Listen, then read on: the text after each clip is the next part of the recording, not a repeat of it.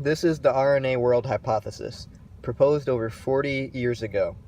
While studying exoplanet 21, we found it to be very similar to planet Earth when it was 4.2 billion years old.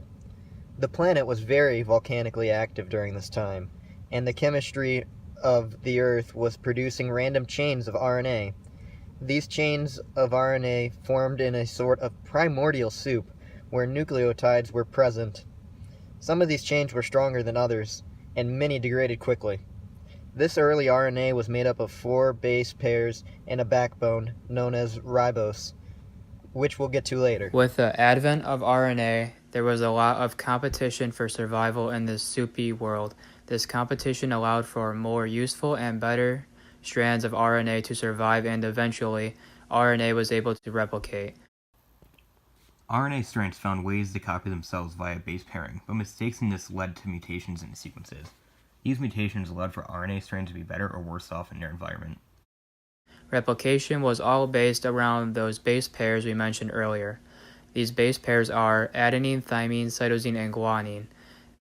These 4 base pairs or nucleotides are connected by the backbone to one another, allowing for diverse sequences of RNA. During a study, researchers found that one strand of RNA allows free-floating nucleotides to bond with it, forming a complementary strand. When the water the RNA was in was heated, the base pairs lost grip and were split apart.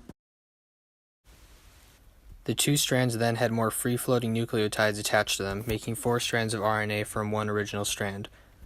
RNA strands are also able to fold into complex shapes and base pair with themselves when there's a lack of nucleotides present. Certain bases are unable to find a pair and thus point outward. These bases cause unique chemical reactions with their surroundings. These special RNAs are called ribozymes. Ribozymes have varying functions depending on their shapes and their sequences. Over time, DNA and proteins evolved from these constantly changing ribozymes and RNA. This DNA was superior and took over for storage of genetic information. Due to mutations previously mentioned, RNA was able to diversify into a plethora of things. This development of RNA was still going on today, within each and every one of you. Today, RNA is able to slice, dice, catalyze, code, build, destroy, replicate, and transform. They're basically Swiss Army knives on a cellular level.